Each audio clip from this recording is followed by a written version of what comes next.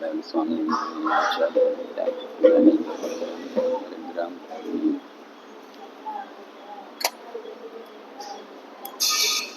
जय राधा माधवा जय कुंज बिहारी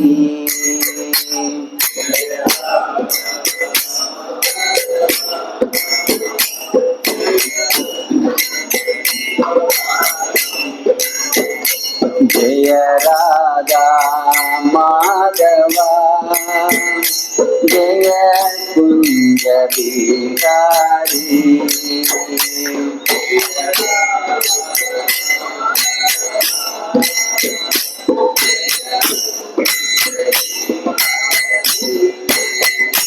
जय गोपी जन वल्लभा जय गिरिवरधारी जय गिरिवरधारी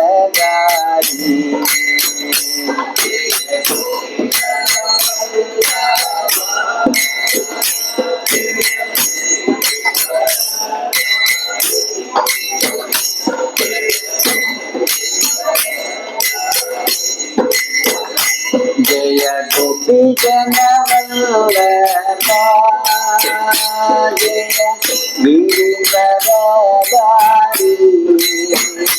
जय गिरिवरधारी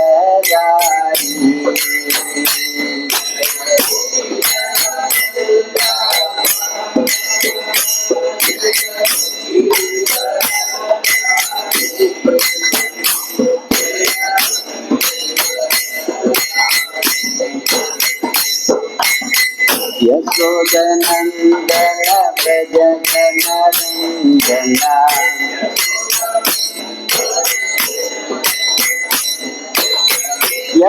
यशोदनंदन व्रज जनरंजना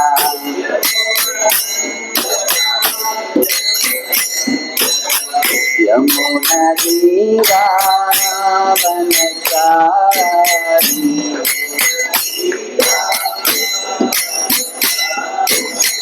यमुना तीरा वनचारी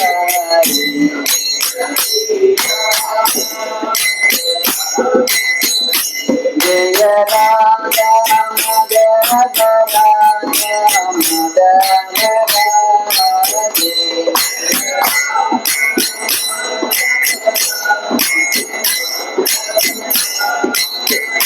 हरे Krishna Krishna Krishna Hare Hare Hare Ram Ram Ram Hare Hare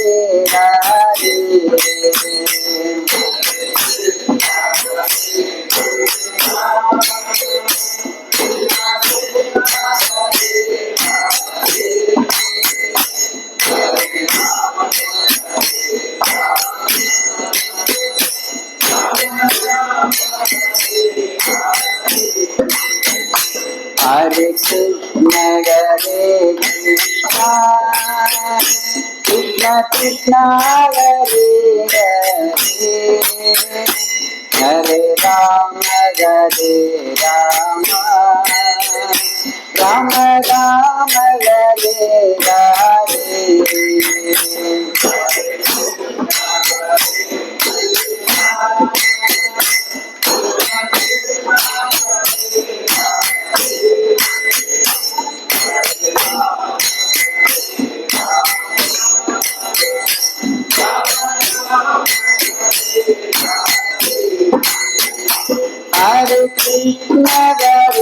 Krishna Krishna Krishna Hare Hare Hare Ram Ram Ram Hare Hare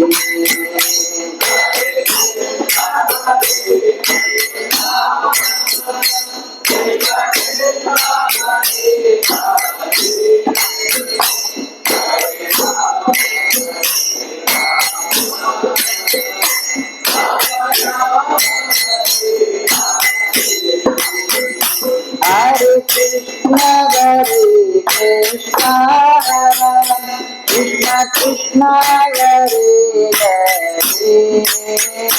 Hare Rama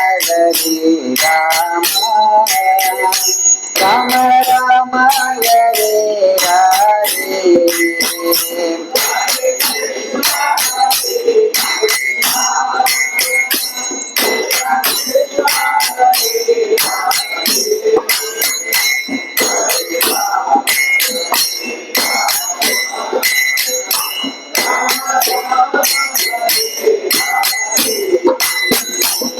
Krishna Krishna Krishna Hare Hare Hare Rama Rama Rama Hare Hare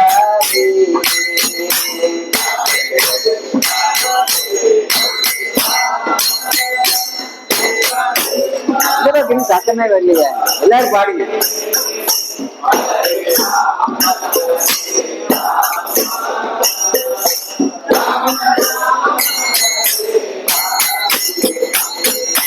ஜெய பிரபு பதா ஜெய பிரபு பதா பிரபு பதா ஜெய பிரபு பதா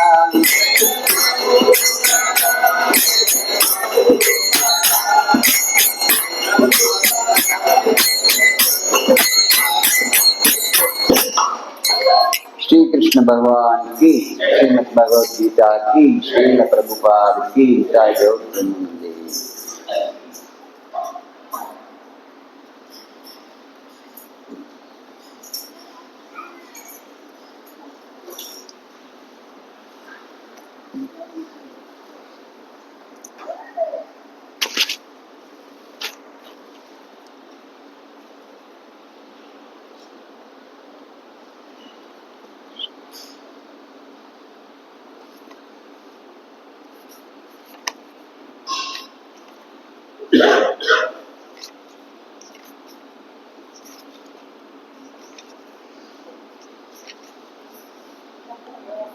பகவத்கீதை உண்மையுருவில் அத்தியாயம் 10 பதம் 9.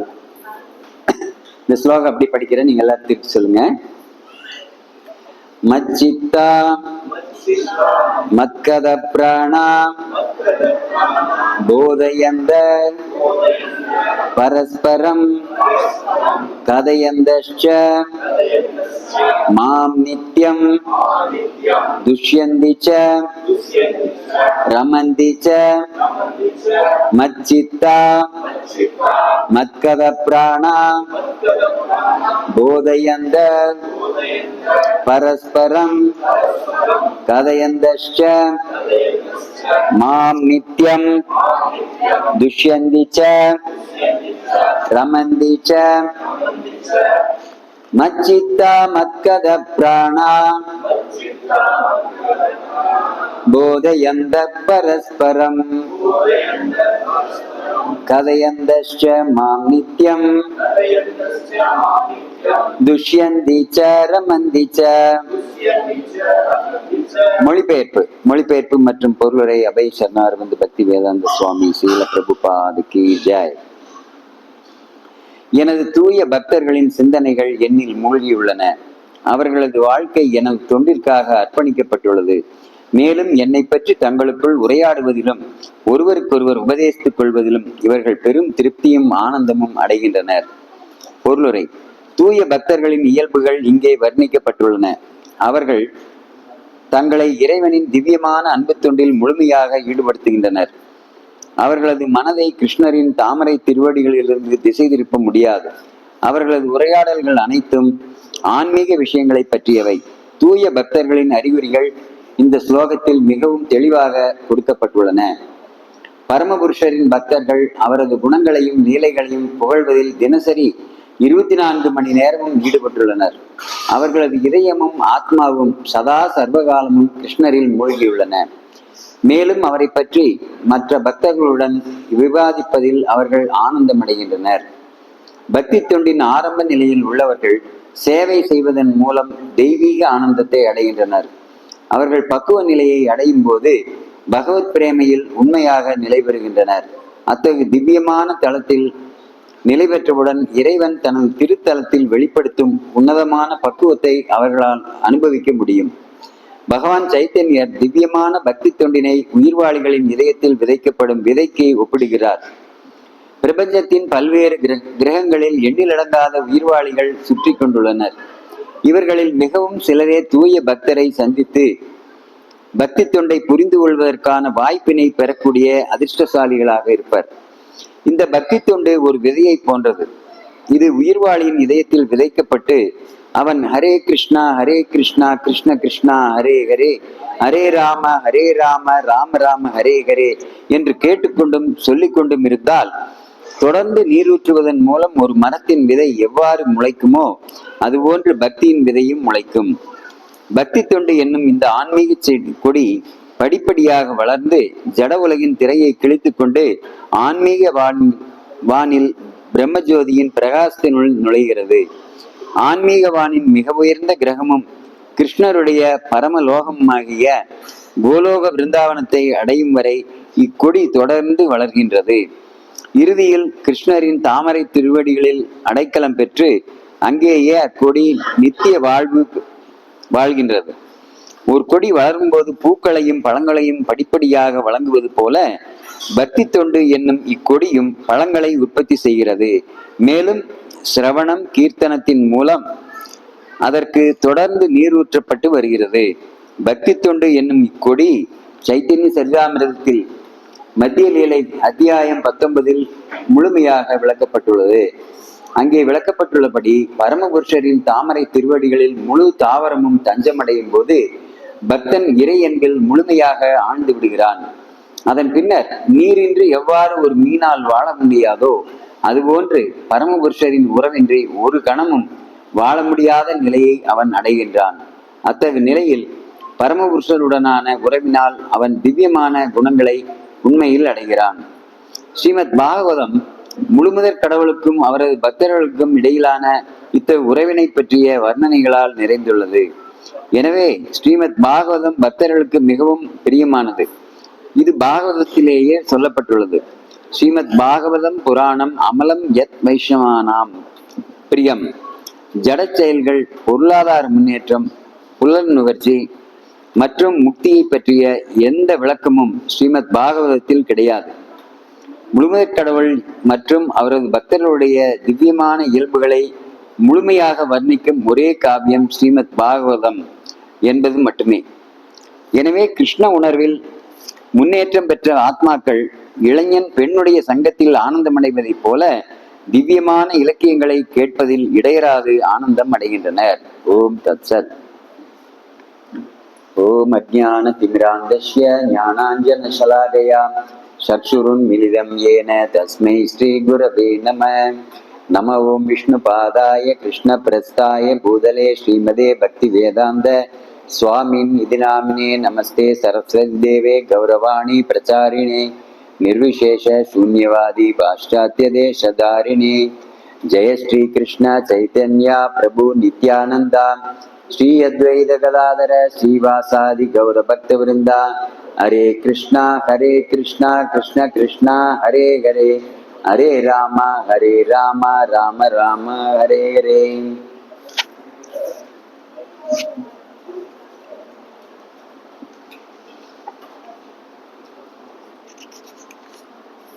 இங்க பக்தர்கள், உண்மையான தூய பக்தர்கள் எந்த மாதிரி நடந்துக்குவாங்க, அவங்க தங்களை எப்படி வெளிப்படுத்திக்குவாங்க, எந்த மாதிரி செயல்பாடுகளில் ஈடுபடுவாங்க, எந்த மாதிரி மனோநிலையில் இருப்பாங்க அப்படிங்கிறதெல்லாம் இங்க தெளிவா சொல்லப்பட்டிருக்கு. என்ன சொல்லியிருக்காங்க? மச்சித்தா மத்கத பிராணா. மச்சித்தா, என்னை பற்றியே அவங்க சிந்திச்சிட்டு இருப்பாங்க அப்படிங்கிறது. மத்கத பிராணா, அவங்க வாழ்க்கையே என்னுடைய கதைகள் கேட்பதற்காக அர்ப்பணிக்கப்பட்டுள்ளது அப்படின்னு சொல்லியிருக்காரு. போதையந்தஸ்த பரஸ்பரம், அதாவது இந்த பரஸ்பரம் அப்படின்னு என்னது? ஒருவருக்கொருவர் பக்தர்கள் தங்களுக்குள்ள ஒருத்தருக்கு ஒருத்தர் இதை பத்தி சொல்லிக்கிறாங்க, இதை பத்தி பேசிக்கிறாங்க. ஏன் இப்படி ஒருத்தருக்கு ஒருத்தர் பேசிக்கணும் அப்படின்னா, இந்த ஒரு விஷயத்தை கேட்கும்போது மட்டும்தான் மனசு சந்தோஷப்படுமா. கிருஷ்ணரை பற்றிய விஷயங்களை கேட்கும்போது மட்டும்தான் மனசுக்கு ஒரு இதமாக இருக்கும். எத்தனையோ ஜென்மங்களா அந்த இருதயத்தில், அதாவது ஆத்மா ஒரு தொடர்ந்து வேதனைகளை அனுபவித்து அனுபவித்து ரணமாகி இருக்கும். இந்த கிருஷ்ண கதைகளை கேட்கும்போது மட்டும்தான் அதுக்கு ஒரு நல்ல ஒரு ஆசுவாசம் கிடைக்குமா, ஒரு சந்தோஷம் கிடைக்குமா. ஏன்னா இது செயற்கையா நம்ம எதையுமே செய்ய முடியாது. ஒரு உடம்புக்கு சரியில்லைன்னு ஒரு ஆஸ்பத்திரிக்கே போறோம், போனாலும் நம்ம தொடர்ச்சியா 6 மாசம் ட்ரீட்மெண்ட் எடுத்தாச்சு, 1 வருஷம் ட்ரீட்மெண்ட் எடுத்தாச்சு, ஆனாலும் நமக்கு சுகம் இல்லை, நம்ம அந்த நோயிலிருந்து விடுபட முடியல அப்படின்னு என்ன அர்த்தம்? நம்ம இந்த 1 வருஷம் ட்ரீட்மெண்ட் எடுத்ததுக்கு அப்படின்னா இனியும் எடுக்கணும், இனி பூரணமா நோய் நல்லா ஆகல அப்படிங்கிறப்ப பூரணமா நம்ம தொடர்ச்சியாக அதுக்கு வியாதிக்கு ட்ரீட்மெண்ட் எடுக்கணும் அப்படின்னு சொல்லி நினைக்கிறோம். ஆனா இந்த நோய் மாதிரி, இந்த ஜட நோய், நம்ம உடல் பார்க்கக்கூடிய நோய் மாதிரி ஜட நோய் அப்படிங்கிறது என்னன்னா, எப்பவுமே துன்பங்களை அனுபவித்துக் கொண்டே இருப்பது. இன்பங்களும் அதுல வரும், ஆனா என்ன ஆகுதுன்னு பாத்தீங்கன்னா, அதுல ஏதோ குறைவாக கிடைக்கக்கூடிய ஒரு இன்பம், அதை பார்த்துட்டு தொடர்ச்சியா அந்த இன்பம் கிடைச்சிட்டே இருக்கும் அப்படின்னு நினைச்சிட்டு என்ன ஆகுது, ஏமாந்துவோம். தொடர்ச்சியாக துன்பங்களுக்கு நாம் ஆளாகிறோம். அப்ப இந்த துன்பங்கள் நமக்கு ஒரு பாடத்தை கற்றுக் கொடுக்கணும். ஆனா நம்ம அதுல இருந்து பாடம் படிச்சுக்கோமா அப்படின்னு பார்த்தா, ஏதோ கொஞ்சம் பேர் பாடம் எடுத்துருப்பாங்க, கத்துக்கிட்டு இருப்பாங்க. நிறைய பேர் அதுல இருந்து பாடத்தை எடுத்துக்கிறது இல்லை. என்ன பாடம் இருக்கு அதுல? இந்த உலகம் இப்படித்தான் இருக்கும், இந்த உலகம் ஜட உலகம் அப்படிங்கிறது துக்காலயம் அப்படின்னு சொல்லி கிருஷ்ணாவே சொல்றாரு. அப்ப துக்கங்கள் நிறைந்த இடத்துல நம்ம இன்பத்தை எதிர்பார்ப்பது அப்படிங்கிறது நமக்கு புரிதல் இல்லாம நம்ம செய்யக்கூடிய காரியங்கள்.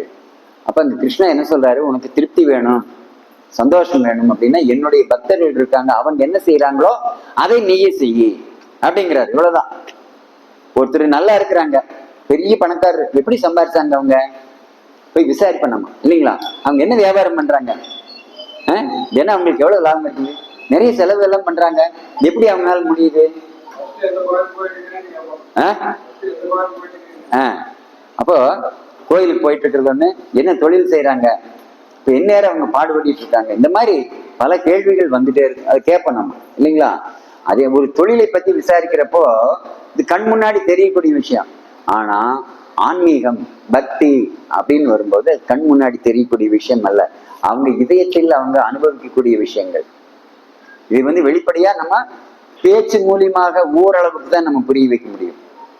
இதயத்துல சொந்தமாக நம்ம ஒவ்வொருத்தருமே தனக்குத்தானே அனுபவிக்கும் போதுதான் அதை உணர முடியும். அதனாலதான் பிரபுபாதா இதுக்கு என்ன வச்சிருக்கார் பேரு இந்த இயக்கத்துக்கு? கிருஷ்ண உணர்வு, கிருஷ்ண பக்தி இயக்கம்னு சொல்றாரு இல்லைங்களா? அப்ப அந்த கிருஷ்ண பக்தி அப்படின்னு சொல்றது போதும் கூட அதுக்கு என்ன சொல்றாரு? உணர்வு. ஏன் இந்த உணர்வு அப்படிங்கிறதுனா, கண்ணுக்கு தெரியாத ஒரு வஸ்து உணர்வு அப்படிங்கிறது. நமக்கு ஒருத்தர் தொட்டாங்க அப்படின்னா அது உணர்வு, நமக்கு தெரியுது யாரோ தொடுறாங்க அப்படின்னு. ஒரு சின்ன குச்சி எடுத்து குத்துனா அப்படின்னா வலிக்குது, ஏன்? உணர்வு இருக்கு. அப்ப அந்த உணர்வு இருக்குது ஒவ்வொருத்தருக்குமே. ஆத்மா உயிர் இருக்கு அப்படின்னாவே அந்த உணர்வு இருந்தா தான் உணர்வு இருக்குன்னு அர்த்தம். உயிர் இருந்தா தான் உணர்வு இருக்கும். உயிர் இல்லாத உடல்ல உணர்வு இருக்காது. டெட் பாடி தூக்கி போடுறோம், தீயிலே வைக்கிறோம், அதுக்கு ஏதாச்சும் வலிக்குது எரியுது அப்படின்னு சொல்லுதா? இல்ல. அப்ப என்னது? அங்க உணர்வு இல்லை. ஏன் உணர்வு இல்லை? உயிர் இல்லை. உயிர் இல்லாதனால உணர்வு இல்லை, உணர்வு இல்லாதனால வலி இல்லை. அப்போ உயிர் இருக்கும்போதுதான் இது எல்லாமே வருது. அப்ப நம்முடைய வாழ்க்கையில நடக்கக்கூடிய இன்பம் துன்பம் இது எல்லாமே இந்த உயிரோடு சம்பந்தப்பட்டது, உடலோடு சம்பந்தப்பட்டது அல்ல. இந்த உடல் மூலியமா நான் இந்த உடல் அப்படின்னு நினைக்கும் போதுதான் நம்ம துன்பத்தை நம்ம வாங்கிக்கிறோம், வலுக்கட்டாயமாக வாங்கிக்கிறோம். இப்ப நான் ஜீவாத்மா, நான் பகவானுடைய குழந்தை, பகவானுடைய பக்தனா ஆகணும், பகவானுக்கு சேவை செய்யணும் அப்படிங்கிற ஒரு மனப்பாங்கு வரும்போது என்ன ஆகும்? அங்க துன்பம் இருக்கிறது இல்லை. ஏன்னா அந்த ஆத்மாவுக்கும் பரமாத்மாவுக்கும் கனெக்ஷன் இருக்கு. இந்த உடல் அப்படி ஒரு சிரமப்படுது அப்படின்னா இந்த உடல் மூலியமாக இந்த ஆத்மா எதை என்ஜாய் பண்ணணும்னு நினைக்குதோ அது மூலியமா தான் வந்து அது பிரச்சனைகள் வருது. அப்போ நான் வந்து பகவானுக்கு ஏதாச்சும் சேவை செஞ்சேன் அப்படின்னா எனக்கு வந்து ஒரு ஆனந்தம் கிடைக்கும் அப்படின்னு உணர்வது அப்படிங்கிறது எப்ப கிடைக்கும்? பக்தியில நம்ம சேவை செய்யும், பகவானுக்கு சேவை செய்யும் போது அது உணர முடியும். அப்ப நாம வந்து என்ன பண்ணணும்? சேவை செய்யறதுக்கு முன் வரணும். பகவானுக்கு சேவை செஞ்ச பக்தர்கள் எல்லாம் பாருங்க எவ்வளவு ஆனந்தமா இருக்காங்க. அவங்களுக்கு ஏதாச்சும் 10 கப்பல் ஓடுது, 10 ஏரோப்ளான் ஓடுது, அப்படி ஏதாச்சும் இருக்கா? ஆனா ஆனந்தமா செஞ்சுட்டு இருக்காங்க சேவைகள் எல்லாம். எப்படி? காசு பணம் பெருசா இல்லை, ஆனா எப்படி அவங்களுக்கு மட்டும் ஆனந்தம் கிடைக்குது? நிறைய மூட்டை மூட்டையா பணம் இருக்கு, ஆனா ஆனந்தம் இல்லை, நிம்மதி இல்லை. அப்படின்னு என்ன பண்றது? அவங்களுடைய வாழ்க்கை முறை சரியில்லை, அவங்க பகவானை சரணடையவில்லை. பக்தர்கள் அப்படி இல்லை, பகவானை சரணடைந்து இருக்கிறத வச்சு அவங்க திருப்திப்பட்டிருக்கிறாங்க. மெயின் அதுதான். நமக்கு வந்து இன்பம் சந்தோஷம் வேணும் அப்படின்னா அதுக்கு வந்து வேற ஏதோ பொருட்கள் வேணும் அப்படிங்கிறது இல்லை. நம்முடைய மனசு மூலியமாக தான் நம்முடைய வாழ்க்கையில திருப்திகள் வர முடியும். அப்போ இதுக்கான வழிமுறை இங்க என்ன சொல்றாங்க? எப்பவுமே என்னை பத்தி நினைச்சுட்டு மச்சித்தா மத்கத பிராணா, என்னுடைய கதை கேட்பதற்காக அவங்களுடைய வாழ்க்கை அர்ப்பணிக்கப்பட்டுள்ளது. அப்புறம் என்ன சொல்றாங்க? கதையந்தச்ச மாம் நித்தியம் துஷ்யந்திச்ச ரமந்திச்ச, என்னை பற்றி தங்களுக்குள் உரையாடுவதிலும் ஒருவருக்கொருவர் உபதேசித்துக் கொள்வதிலும் இவர்கள் பெரும் திருப்தியும் ஆனந்தமும் அடைகின்றனர் அப்படின்னு. அப்ப இங்க வந்து சைத்தன்ய சரிதாமிரத்திலிருந்து இதுக்கு ஒரு உதாரணம் சொல்லியிருக்காங்க. இந்த உதாரணம் என்னன்னா, ஒரு ஜீவாத்மா எப்படி சந்தோஷம் அடையுது, அந்த சந்தோஷம் அதுக்கு எங்கிருந்து கிடைச்சது, அந்த சந்தோஷம் எங்கிருந்து உற்பத்தி ஆகுதோ அதே இடத்துக்கு இருந்து சந்தோஷம் போய் இந்த ஆத்மா போய் சேர்ந்துருச்சுன்னா எப்படி இருக்கும்? அதாவது நமக்கு நமக்கு நமக்கு புரிஞ்ச மாதிரி ஒரு உதாரணம் சொன்னா தான் பிடிக்கும் இல்லைங்களா? இங்க இருந்து ஏதாச்சும் ஒரு திருப்பதியிலிருந்து நமக்கு ஒருத்தர் வந்து லட்டு வாங்கிட்டு வந்து கொடுக்குறாரு. அந்த லட்டு நல்லா இருக்கு, டேஸ்டா இருக்கு, நெய்யெல்லாம் நிறைய ஊற்றிருக்காங்க, முந்திரி பருப்பு நிறைய போட்டிருக்கு, எப்படி நல்லா பாக்குறோம், நல்லா இருக்கு, டேஸ்டா இருக்கு அப்படின்னு. அப்ப அந்த திருப்பதி லட்டு வேற யாராச்சும் போனா வந்தா நம்ம சொல்லி விடுறோம், எனக்கு வாங்கிட்டு வாங்க. அது செய்யற இடத்துக்கே நாமளே போயிட்டா யார்கிட்ட கேட்டுட்டு இருக்குமா? அப்புறம் அதுக்கு மேல தேவைப்படாது. அதுல அந்த இடத்துக்கு போகாத வரைக்கும் யார் போறாங்கன்னு பார்த்துட்டே இருப்போம், சொல்லி விடுவோம். போறவங்கிட்ட நம்ம சொல்லி விடுவோம் வாங்கிட்டு வர சொல்லி. ஆனா செய்யற இடத்துக்கே நம்ம போயாச்சு அப்படின்னா அதுக்கு மேல நமக்கு யாருக்கிட்டையும் கேட்க வேண்டிய ஒரு கட்டாயம் இருக்காது. காரணம் என்ன? அங்கேயே செய்யறாங்க. அதே மாதிரிதான் நமக்கு வந்து இங்க பகவானுக்கு சேவை செய்வதன் மூலியமாகவும் பகவானுடைய பக்தர்களோட நம்ம ஒரு தொடர்பு வச்சுக்கிறது மூலியமாகவும் என்ன ஆகுது? நமக்கு சந்தோஷம் கிடைக்குது. இது அப்படியே இப்ப நாள்பட என்ன ஆகுது? அங்க சந்தோஷம் நம்ம எங்க உற்பத்தி ஆகுதோ, சந்தோஷம் எங்க உற்பத்தி ஆகுது? ஆனந்தம் எங்க உற்பத்தி ஆகுதுங்க? அதான் அது எங்கிருந்து வந்தது? அந்த ஆனந்தம் பகவான் கிட்ட இருந்தா வந்திருக்கு, கோலோக பிருந்தாவனம் அப்படிங்கிறது. அப்போ இங்க வந்து சைத்தன்ய சரிதாமத்திலிருந்து இதுக்கு ஒரு உதாரணம் சொல்றாங்க. என்னன்னு, நம்ம வந்து பகவானை பத்தி கேட்கிறோம், கேட்கும்போது அந்த கேட்கக்கூடிய அந்த சங்கதிகள் எல்லாமே வந்து ஒரு விதை மாதிரி நம்முடைய இருதயத்துல நுழையுது. மண்ணுல ஒரு விதை போட்டா என்ன ஆகும்? மண்ணுல ஒரு விதையை விதைக்கிறோம், அது தண்ணி ஊத்துறோம், முளைக்குது. அது நல்லா முளைச்சு வரும்போது அதுக்கு எருவு வைக்கிறோம் இல்லைங்களா, உரமா ஏதோ ஒன்று வைக்கிறோம், அது மறுபடியும் நல்லா தளைஞ்சு வருது. அப்புறம் வரும்போது எங்களுக்கு கூடவே என்னென்னலாம் வரும்? களை வரும். அதுல செடியில வந்து பூ காய் இது எல்லாமே வரும். அப்ப களையை தனியா பிடுங்கி எரிஞ்சிடணும். இந்த காய் வந்து பூ காய் எல்லாம் நல்லா வருது அப்படின்னா அதை பராமரிக்கணும். இப்படி வரும்போது என்ன ஆகும்? அது பலன்களை கொடுக்க ஆரம்பிக்கும். ஆனா தொடர்ச்சி அப்படி செய்யும் போது என்ன ஆகுது? அந்த தாவரம் அப்படியே மேலும் வளர்ந்து அது நல்ல உயரத்துக்கு போயிருதான். இந்த செடி வந்து, இந்த தாவரம் வந்து எதோட ஒப்பிடப்படுது அப்படின்னு பாத்தீங்கன்னா நம்முடைய பக்தி செடி. பகவானை பத்தி நம்ம கேட்கிறோம், அங்கேயே நம்முடைய மனசுக்குள்ள பகவானை பத்தி பக்திக்கான ஒரு விதை விதைக்கப்படுகிறது. நம்ம பக்தி செய்வதற்காக ஒரு விதை அங்க விதைச்சாச்சு. யார் விதைச்சாங்க? அதை பத்தி யாரு எடுத்து சொல்றாங்களோ அவங்க விதைச்சிடுறாங்க. அதை உள்வாங்கிட்டோம் அப்படிங்கிற ஒரு விழிப்போட நாம் அதை எடுத்துக்கிட்டா மட்டும்தான் அது விதைச்ச மாதிரி ஆகும். இல்ல நாம உடம்பு இங்க இருக்குது, மைண்டா காது இதெல்லாம் எங்கேயோ இருக்கும்.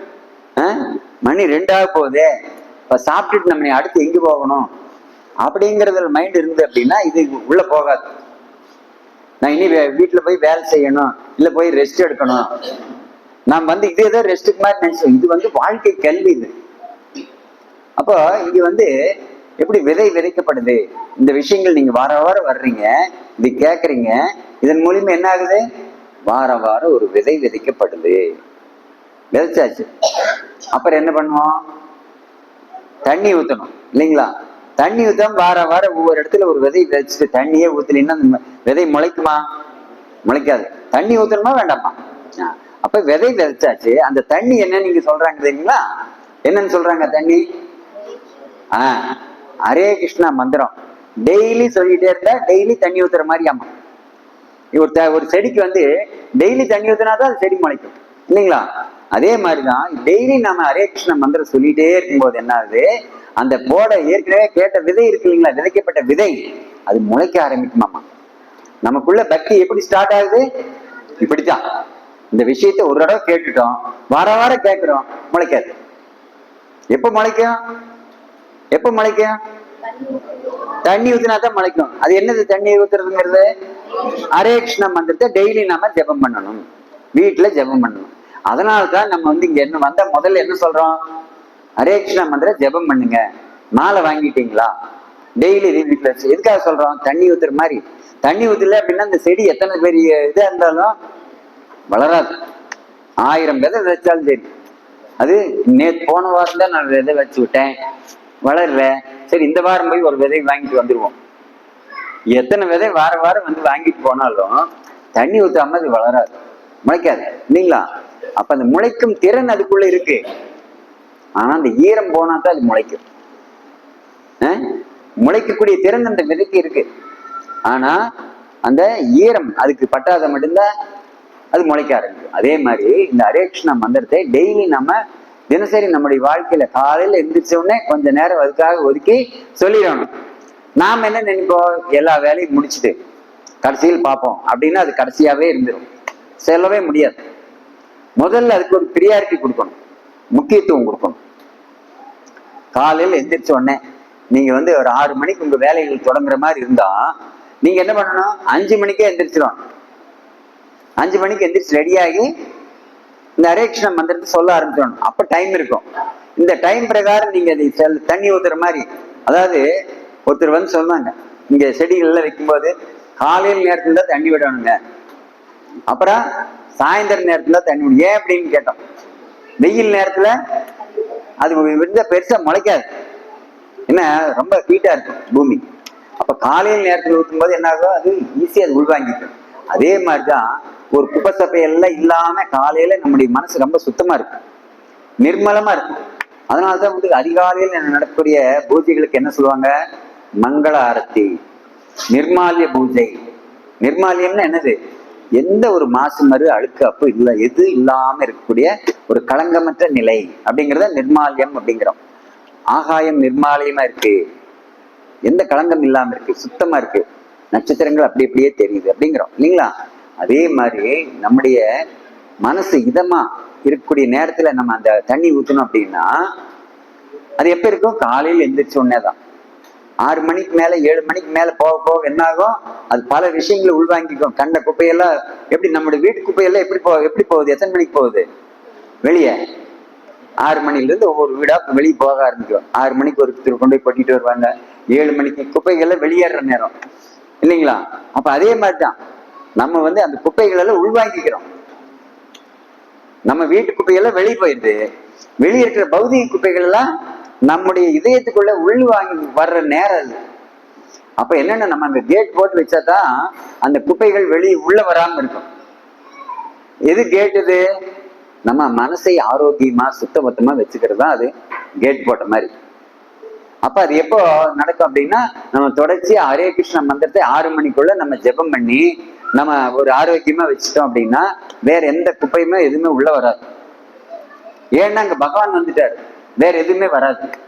அப்ப தொடர்ச்சியா நம்ம தினசரி இதை செய்யும் போது என்ன ஆகுது, அங்க விதை ஈரமா இருந்துட்டே இருக்கும், முளைச்சிட்டு தாவரம் அப்படியே இலை விட்டு அப்படியே பெருசாயிட்டே வரும்.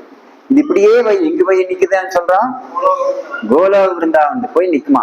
நம்முடைய பக்தி இங்கிருந்து ஏதாவது ஒரு இது ஹரே கிருஷ்ணா மந்திரம் சொல்றது மூலியமாக எனக்கு ஒரு ஆனந்தம் கிடைக்குது அப்படின்னா அந்த ஆனந்தத்தினுடைய இருப்பிடம், பிறப்பிடம் பகவானுடைய உலகம்.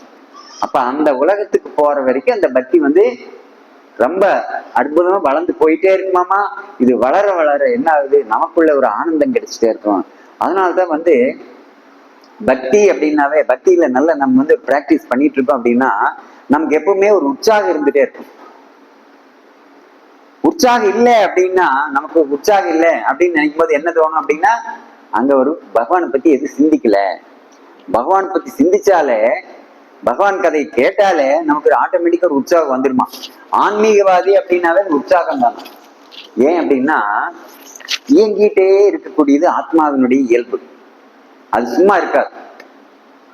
நம்ம தூங்குறது முழிச்சிட்டு இருக்கிறது இதெல்லாம் யாருக்கு, உடம்புக்கு தான். கண்ணை மூடிட்டு இருந்தா தூங்கிட்டு இருக்கோம்னு அர்த்தம், முழிச்சிட்டு இருந்தா நம்ம முழிச்சிட்டு இருக்கோம்னு நினைக்கிறோம், அது உடம்புக்கு தான். ஆனா ஆத்மா இயங்கிட்டே இருக்குமா. ராத்திரி நல்லா நம்ம தூங்கிட்டு இருக்கோம், கனவுல நம்ம இயங்கிட்டு இருக்கோம். ஆத்மா அது எங்க அமெரிக்கா போயிட்டு வரும், ஜப்பான் போயிட்டு வரும். நான் திருப்பதி போனதே இல்லை, கூட்டம் இல்லாம நான் டிராபிக் ஜாம் இல்லாம போயிட்டு வந்துடுறேன் வெடியிருப்புல அப்படின்னு திருப்பதி போயிட்டு வருது. அப்ப இது எல்லாமே பாத்தீங்கன்னா ஆத்மா இயங்கிட்டே இருக்கும்.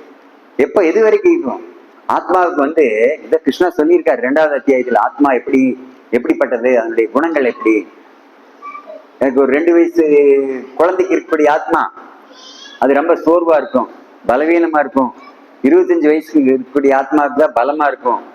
அப்படி இல்லை, 100 வயசு உள்ள ஆத்மாவுக்குமே, 100 வயசு உள்ள ஒரு உடலில் இருக்கக்கூடிய ஆத்மாவுமே அந்த உற்சாகத்தோட தான் இருக்கும். அந்த உற்சாகத்தை பயன்படுத்திக்காதது நம்முடைய கையில் இருக்கு. ஆன்மீகத்துல ஈடுபடும் போது பகவானுடைய நாமத்தை நம்ம சொல்லும் போது அது 100 வயசானாலும் சரி, 150 வயசானாலும் சரி, உற்சாகத்தோடவே இருக்குமா. ஆன்மீகம்னாவே உற்சாகம் தான். உற்சாகா நிச்சயா தைரியாத்துன்னு சொல்லி நம்ம பிருந்தாவன கோஸ்வாமிகள் சொல்லியிருக்காங்க. ரூப கோஸ்வாமி சொல்லியிருக்காரு, ஒரு ஆன்மீக இதுக்கெல்லாம் உற்சாகம் இருக்கணும், அப்புறம் நம்பிக்கை இருக்கணும், தைரியம் இருக்கணும். இதெல்லாம் ஆன்மீகவாதிக்கு தேவையாமா. கிருஷ்ணா அவசிய ரட்சிபே, கிருஷ்ணா அவசிய ரட்சிபேன்னா கிருஷ்ணா கண்டிப்பா என்னை காப்பாத்துவார் அப்படிங்கிற நம்பிக்கை வேணுமா. இதோ போனேன் எல்லாரும் சொன்னாங்க அங்க போயிட்டு வந்தேன் அப்படி இல்லது. இது எல்லாமே ஒரு கணக்கு தான். என் கையில ஒரு 1000 ரூபாய் இருக்கு, அந்த 1000 ரூபாய்க்கு உண்டான பொருளை வாங்குறக்கா கடைக்கு போறேன், எனக்கு 1000 ரூபாய்க்கு பொருள் கிடைக்கும், வாங்கிட்டு வரணும் தானே, இந்த நம்பிக்கை இருக்குதானே. அப்ப போறோம், கடையில வாங்குறோம், வீட்டுக்கு கொண்டு வர்றோம். அதே மாதிரிதான் 1000 ரூபாய் இருந்தா அந்த பொருள் வாங்கலாம் அப்படிங்கறதுக்கான நம்பிக்கை இருக்கு. அதே மாதிரிதான் நம்ம சொல்லக்கூடிய இந்த ஹரே கிருஷ்ணா மந்திர ஜபம் இது நமக்கு நம்பிக்கையை ஊட்டும். பகவான் நமக்கு ஹெல்ப் பண்ணுவாரு. ஸ்ரீ ஸ்ரீ ராதா மாதவ் கி ஜெய். அப்போ பக்திக்கு வரும்போது அந்த உற்சாகம், தைரியம், நம்பிக்கை இது எல்லாமே ஆட்டோமேட்டிக்கா வந்துடும். அது எங்கிருந்து வருது, கிருஷ்ணா கொடுக்குறாரு. பகவானுடைய நாமத்தை பற்றியே, பகவானுடைய கதைகள் பத்தி கேட்கும் போதோ பேசும்போதோ ஆட்டோமேட்டிக்கா வந்துருது. எனக்கு பகவானை பத்தி கேட்கறதுக்கு பிடிக்கல அப்படின்னா பெரிய நோயில் இருக்கிறாங்கன்னு அர்த்தம், ஜட நோய். பகவானை பத்தி கேட்கறதுக்கு எனக்கு பிடிக்கல, கோயில்கள் நான் வரமாட்டேங்க, சில பேர் அப்படி சொல்லுவாங்க, விருப்பம் இல்லாதவர்கள். அது பெரிய நோய். அந்த நோயை தீர்க்கணும்னா அவங்க தொடர்ச்சி இங்க வந்தாதான் அந்த நோயவே தீர்க்க முடியும். ஆரம்பத்துல அதுக்கு அவங்களுக்கு பெருசா ஆர்வம் இருக்காது, ஆனாலும் தனக்கு நோய் இருக்கிறதுன்னே தெரியாம நிறைவேறத்தில் எத்தனையோ பேர் இருக்காங்க. ஆமா, அதாவது பாத்தீங்கன்னா ஒரு மனநோய் அப்படிங்கிறது பெரும்பாலும் எல்லாருக்குமே இருக்கு. அவங்களுக்கு அந்த நோய் இருக்குன்னே தெரியாது. பகவான் பக்கம் வரல அப்படின்னாவே அவங்களுக்கு மனநோய் இருக்குன்னு அர்த்தம். பகவான் கிட்ட வந்தாச்சு அப்படின்னா அவங்க தெளிவா இருக்காங்கன்னு அர்த்தம், ஆரோக்கியமான மனநிலையில் இருக்காங்க. அப்ப ஊர்ல மத்தவங்க எப்படி இருக்காங்க, பைத்தியக்காரங்களா இருக்காங்க. ஏன், அது எதோ பின்னாடி எல்லாம் போயிட்டு இருக்காங்க. அவங்களுக்கு வந்து எது வேணும் எது வேண்டாம் அப்படிங்கிறது தெரியறது இல்லை.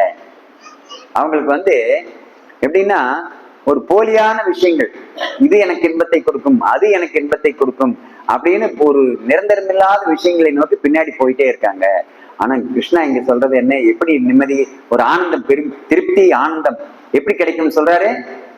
மச்சித்தா மத்கத பிராணா போதையந்த பரஸ்பரம் கதையந்தச்ச மாம் நித்தியம் துஷ்யந்திச்ச ரமந்திச்ச. எப்பவுமே நாம் வந்து இதைய பகவானை பத்தி பேசிட்டும் கேட்டுட்டுமே இருந்தா அவங்க எப்பவுமே ஆனந்தமா இருக்கும். அது வந்து என்னைக்குமே இளமையா இருப்பாங்க. இது எதாச்சும் தெரியுமா? அந்த மாதிரி ஏதாச்சும் மருந்தெல்லாம் கண்டுபிடிச்சிருக்காங்களா எப்பவுமே இளமையா இருக்கிற மாதிரி? இருக்கு, ஹரே கிருஷ்ணாவில் இருக்கு. பகவானை பத்தி கேட்டுட்டே இருந்தா, ஏன்னா அந்த நாமத்துக்கு சொந்தக்காரர் அவர் எப்பவுமே இளமையானவராம். நவ யவ்வனம், நவ யவ்வனம்னா என்னது, எப்பவுமே இளமையா இருப்பாங்க அப்படின்னு அர்த்தம். ஏன் அவருக்கு வயசாகாதா? வயசு ஆகாதான். என்றும் 16. அதேதான். இது நம்ம ஆளுக்கு வேணா வெளிய போலிய சொல்லிக்கலாம். என்றும் 16 இருக்கக்கூடிய ஒரே நபர் யாரு? கிருஷ்ணா மட்டும்தான், வேற யாரும் இல்லை. நம்முடைய உடல் எல்லாமே 16 எத்தனை வருஷத்துக்கு நிற்கும்? 1 வருஷம் தான் நிற்கும் இல்லைங்களா? அப்புறம் 17 ஆயிரும், மீட்டர் ஓடிக்கிட்டே இருக்கும். நம்ம அது அப்படியே 18, 20, 25, 30, 50, 100 ஓடிட்டே இருக்கும். அந்த உடல்ல மாற்றங்கள் வந்துட்டே இருக்கும். ஆனா கிருஷ்ணா அது வந்து அந்த உடல் மாற்றங்களே இல்லையா. அவர் வந்து அந்த பிரபு சொன்னார் என்றும் 16. ஏன்? அதுக்கு வந்து அவருக்கு வந்து பௌதீக உடல் இல்லை, ஆன்மீக உடல். உடலுக்கும் அந்த ஆத்மாவுக்கும் வித்தியாசம் இல்லை, எல்லாமே ஒண்ணு. அப்போ இங்க அதே மாதிரிதான் இந்த ஆத்மாவுக்கு, உள்ள இருக்கக்கூடிய ஆத்மாவுக்கு வயசாகாது. அப்படி வயசாயிடுச்சு அப்படின்னு நினைச்சோம்னா அது கிருஷ்ணா அதுக்கு அடையாளம் சொல்றாரு. என்னன்னு? பழசு, ரொம்ப பழசு அப்படிங்கிறாரு. அதாவது புராணா, பகத் புராணா ரொம்ப பழசு, ரொம்ப பழசா இருக்குது. ஆனா ரொம்ப பழசு அப்படின்னா அந்த அந்த பழசு பழசு இருந்ததெல்லாம் ஞாபகம் வரணும் இல்லைங்களா? ஆனா ஞாபகம் வருதா? இல்லை. ஏன்னா உடல் மாறிடுச்சு. அதனால அந்த போன உடல்ல என்னென்ன செஞ்சோம் அப்படிங்கிற இதெல்லாம் மறந்துடுது. இந்த உடல்ல என்னென்ன செஞ்சோங்கிறது இன்னைக்கு செய்யறது நாளைக்கு ஞாபகம் இருக்காது. அப்ப என்னன்னா இது எல்லாமே வந்து பாத்தீங்கன்னா நம்ம செய்யக்கூடிய விஷயங்கள் எல்லாமே பகவானை சம்பந்தப்படுத்தி நம்ம செஞ்சிட்டு இருக்கும்போது, பகவான் கதைகளை கேட்டுட்டு நம்முடைய வாழ்க்கையை அமைச்சிட்டு இருக்கும்போது இங்க பரஸ்பரமான ஒரு திருப்தி, எல்லாருக்குமே திருப்தி, ஆனந்தம் எல்லாமே கிடைக்கும். இது வந்து நம்ம இப்படி கூட செய்யலாம், இது ஒரு டெஸ்ட் பண்ணி கூட பார்க்கலாம். சும்மா இது கேட்கறத விட டெஸ்ட் பண்ணி தான் பார்த்துருமே. ஒரு மாசம் நம்ம சொல்லுவோம், ஹரே கிருஷ்ணா மந்திரம் சொல்லுவோம், இது கிடைக்குதா கிடைக்கலையா பார்ப்போமே. அந்த ட்ரையல் கூட பண்றது இல்லை மக்கள். ஏன்னா கலியுகத்தில் அப்படித்தான், நம்ம ரொம்ப சோம்பேறிகளா இருப்பாங்களாம், சோம்பேறித்தனம் அதிகமா இருக்குமாமா. அதே மாதிரி ஆன்மீகத்தில் நாட்டம் இல்லாதவர்களாக இருப்பாங்க. அப்ப இப்படி இருக்கும்போது ஒரு வலுக்கட்டாயத்தில் இதை ஏதாச்சும் ஆரம்பிச்சா மட்டும்தான் நாம இது செய்ய முடியும். ஒருத்தர் வந்து முந்தியெல்லாம் வந்து ஸ்கூலுக்கு, நாங்களாம் சின்ன பையனா இருக்கும்போது ஸ்கூலுக்கு போகும்போது சில வீட்டுல வந்து பசங்க ஸ்கூலுக்கு போக மாட்டேன்னு சொல்லிடுவாங்க. இந்த வாத்தியார் எங்க ஊர்ல எப்படின்னா, வாத்தியார் 4 பசங்களை விட்டு தூக்கிட்டு வர சொல்லிடுவாரு. 4 பேர் இது தூக்கிட்டு வந்தா இவன் திமிருவாங்க, கையை காலம் உதறுவாங்க, விட மாட்டாங்க. இவங்க ரொம்ப முரட்டுத்தனமான பையனா இருந்தா இன்னும் 2 பேர் சேர்த்து கூட்டிட்டு வந்துருவாங்க. எப்படி இருந்தாலும் கொண்டுட்டு போயிடுவாங்க. என்னது, இப்படி அவன் படிக்கணும் அப்படின்னு நினைக்கிறாங்க இல்லைங்களா? அந்த மாதிரி நமக்கு வந்து தூக்கிட்டு வர்ற மாதிரி எல்லாம் நம்ம கிட்ட ஆளுக்கு இல்லை. போய் பக்தி சொல்லி கொடுப்போம், 4 பேர் விட்டு அவங்க தூக்கிட்டு வா. நித்யானந்த பிரபு அப்படி கூப்பிடல. நித்யானந்த பிரபு எப்படி கூப்பிட்டாரு? ஹரிபோல் அப்படின்னு சொல்லி சாஷ்டாங்கமா அவங்க காலில் விழுந்தார். நீ தூக்கிட்டு போறதுல எனக்கு சக்தி பத்தாது, நீ வந்து பேசாம வந்து ஒரு ஹரிநாமத்தை சொல்லு, ஹரியை பத்தி கேளு அப்படின்னு சொன்னாரா. பிரபுபாதரே அதான் சொன்னாரு, சாண்ட் ஹரி டோன்ட் வரி அப்படின்னாராம்.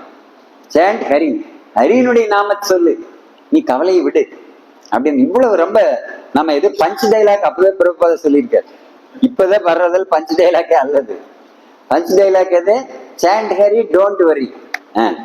அப்போ இதுதான் நமக்கு யூஸ் ஆகக்கூடியது. வேற எந்த பஞ்ச் டைலாக்கும் பௌதீகமானது. அப்போ கிருஷ்ணருடைய நாமம் இது எல்லாமே வந்து நம்ம சொல்லிட்டே இருக்கும்போது என்ன ஆகும் அப்படின்னா, நம்முடைய வாழ்க்கையில அந்த உற்சாகம் எதெல்லாம் தொலைச்சிட்டோமோ அதெல்லாம் மீண்டும் வர ஆரம்பிச்சிடும். இங்க வந்து ஒரு உதாரணம் இங்க சொல்றாங்க இல்லைங்களா, பிரபுபாத வந்து ஒரு பொருளுரையில் என்ன சொல்றாரு, ஒரு மீன் எப்படி வந்து தண்ணிக்குள்ளேயே இருந்துட்டு இருந்தா அது வந்து சந்தோஷமா இருக்கும், தண்ணியிலிருந்து வெளியே எடுத்துட்டா அது இறந்துடும், அதுக்கு துக்கம்தான்.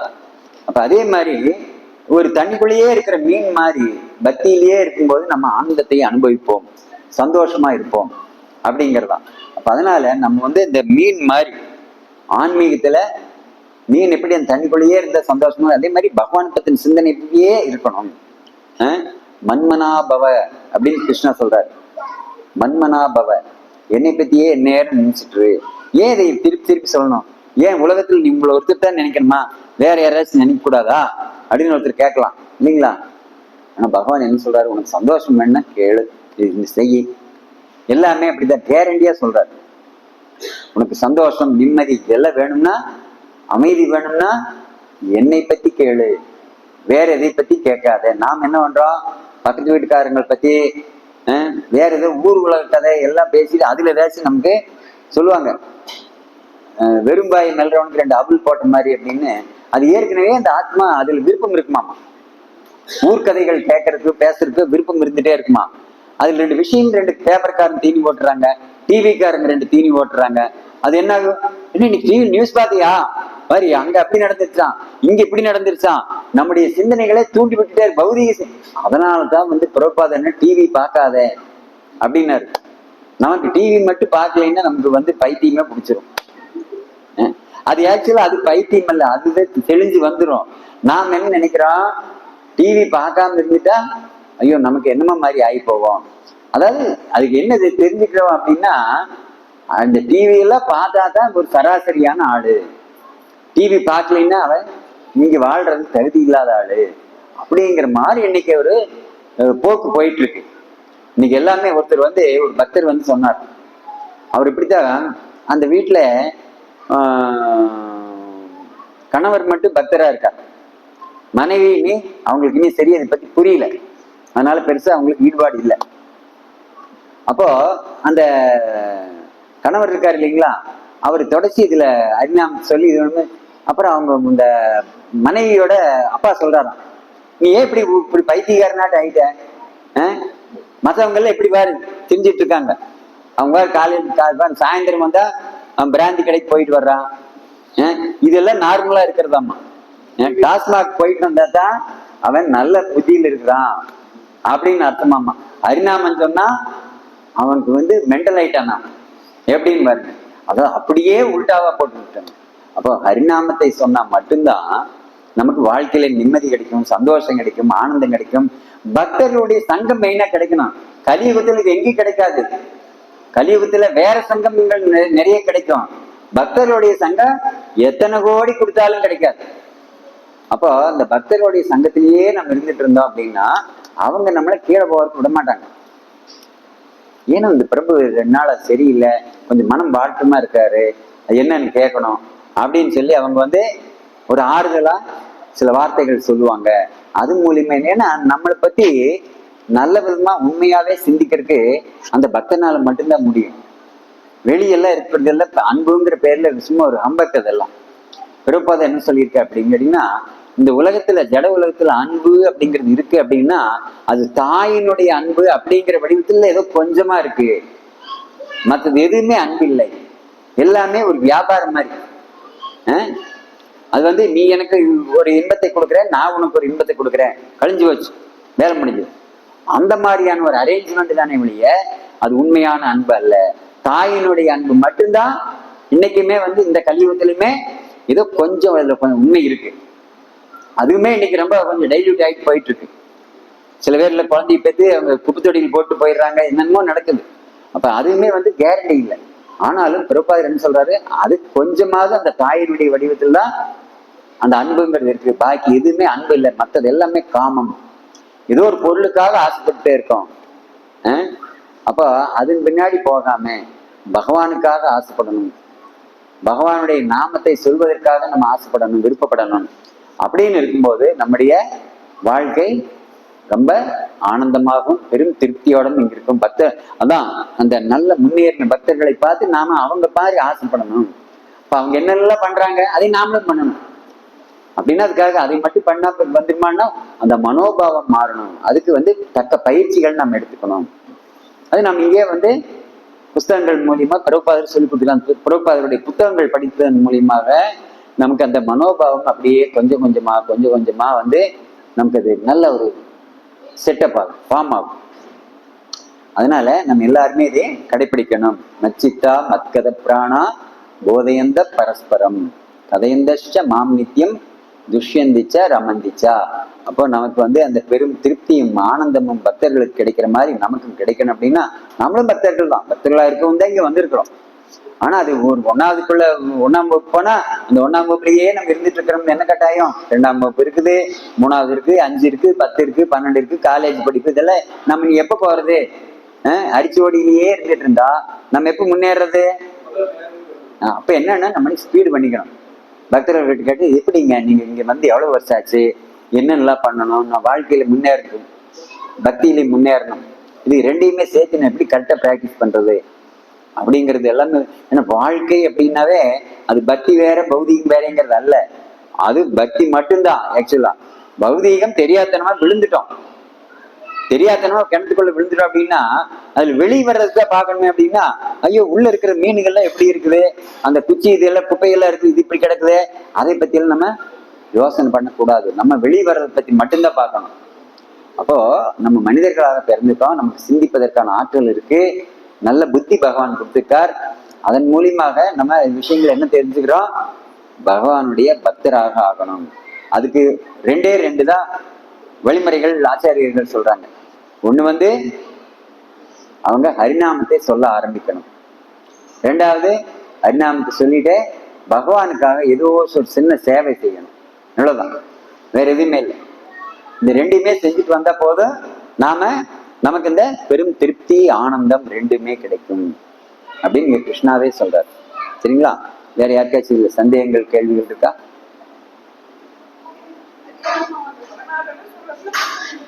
என்ன மாதாஜி? தூக்கம் நல்லது தானே. நிறைய பேர் தூக்கம் வரலையான்னு இருக்காங்க. கொஞ்ச நேரம் தூங்கி எந்திரிச்சு மறுபடியும் சொல்ல வேண்டியதுதான்.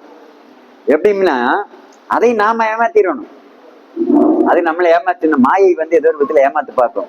அப்ப நம்ம என்ன பண்ணணும்னா தூக்கம் தான் தூங்கிருங்க. தூக்கத்தோட ரொம்ப கஷ்டப்பட்டு எல்லாம் செய்ய வேண்டியது இல்லை. தூக்கம் தான் நல்லா தூங்கிருங்க.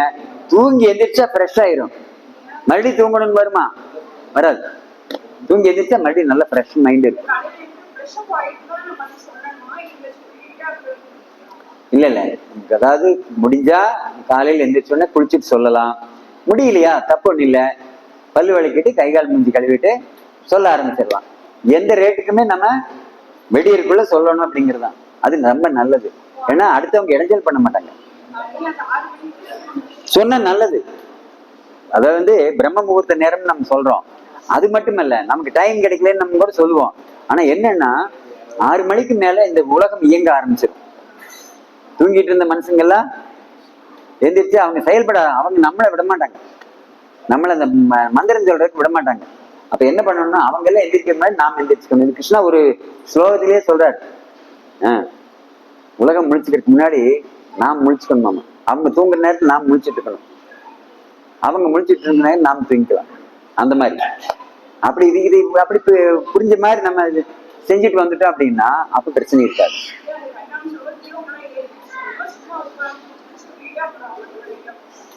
அதான் நீங்க ஓரளவுக்கு சொல்லிட்டு அந்த வேலைகளை ஆரம்பிச்சுன்னா ரொம்ப நல்லது.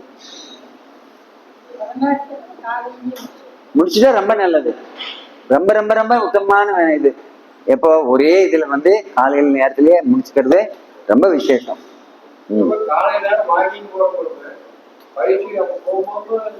தாராளம் சொல்லலாம். ஆமா சொல்லலாம் தப்பில்லை. எந்த நிலையிலையும் சொல்லலாம் சொல்லணும் அப்படிங்கிறதா ஆச்சாரியர்கள் சொல்லியிருக்காங்க, பகவான் சொல்லியிருக்காரு. சொல்லாம இருக்கக்கூடாது. சரிங்களா? சொல்ல மாதாஜி காலையில் எந்திரிச்சுன்னு முடிஞ்சா குளிச்சுக்கலாம். குளிக்க முடியலையா பல்லு வலிக்கிட்டு கைகால் மூஞ்சி கழுவிட்டு அழகா சொல்ல ஆரம்பிச்சிடலாம். மற்றவங்க எந்திரிக்கிறதுக்கு முன்னாடி எந்த காப்பி ஆச்சான்னு கேட்பாங்க, அதுக்கு முன்னாடி நாம் சொல்லிடுவோம். நம்ம மக்கள் விட மாட்டாங்க, அவங்களுக்கு அவங்களுடைய நோக்கம் முக்கியம். ஆன்மீகத்துக்கு வந்தவங்க பக்தர்களுக்கு ஆனா ஒரு பக்தனுக்கு தான் தெரியும் வாழ்க்கையினுடைய முக்கியத்துவம் என்னன்னு. நாம் எதையோ தப்பா தவறா மாட்டிக்கிட்டோம், நீங்க இதுல இருந்து வெளியேறதுக்கு தான் பார்க்கணும் அப்படிங்கறதுல நமக்கு சொல்லுவாங்க இல்லைங்களா, ஆரிய கூத்தாடினாலும் காரியத்தில் கண்ணா இருக்கணும்பாங்க. இந்த மாதிரி நம்ம இது என்னன்னா, இது நான் ஒரு 6 மணிக்குள்ள 7 மணிக்குள்ள 16 மணி முடிச்சிடணும் அப்படிங்கிறது. கொஞ்சம் முன்னாடி எழுந்திரிச்சா வேலை இல்லை, அந்த பிரச்சனை இல்லை. நைட்டு தூங்கும்போது கொஞ்சம் முன்னாடியே தூங்கிக்க வேண்டியதான். இது ஒரு 2 நாளைக்கு 4 நாளைக்கு பிராக்டிஸ் பண்றது சிரமமா இருக்கும். அப்புறம் ஒரு வாரம் போயிடுச்சுன்னா கரெக்டா 9 மணிக்கு படுத்தீங்கன்னா தூக்கம் வந்துடும், 9ஓ 9:30. அப்போ ஒரு சின்ன வேலை மட்டும் செய்யணும், செல்போனை சைலண்ட்ல போட்டுரும். இல்லாட்டி சோதனைக்காக 10 மணிக்கு நல்ல தூக்கம் தூங்கிட்டு இருக்க நேரத்தில் கூப்பிடுவாங்க. ஏன்னா அவங்களுக்கு இங்கிருந்து தெரியாது எத்தனை மணிக்கு கூப்பிடணும் கூப்பிடக்கூடாது. சில பேர் 10 மணிக்கு 11 மணிக்கெல்லாம் போன் பண்ணுவாங்க. அவங்க கிட்ட இருந்து தப்பிக்கணும். ஏன்னா அவங்களுக்கு அந்த பாடம் நம்ம நடத்திட்டு இருக்க முடியாது. என்ன பண்ணலாம், நம்ம சுவிட்ச் ஆஃப் பண்ணி வச்சுக்கலாம், இல்ல சைலண்ட்ல போட்டு வச்சிடணும். யாருக்குமே 9 மணிக்கு மேல போன் பண்றது தேவையில்லாத அநாகரிகம். போன் பண்ணணும்னா அத்தியாவசியம் இருந்தா பண்ணலாம், இல்லாட்டி பண்ணக்கூடாது. பகல்ல பேச வேண்டியதானே, சரிங்களா? ஹரே கிருஷ்ணா. ஸ்ரீ கிருஷ்ண பகவானுக்கு, ஸ்ரீல பிரபுபாதுக்கு, பிரேமானந்தி.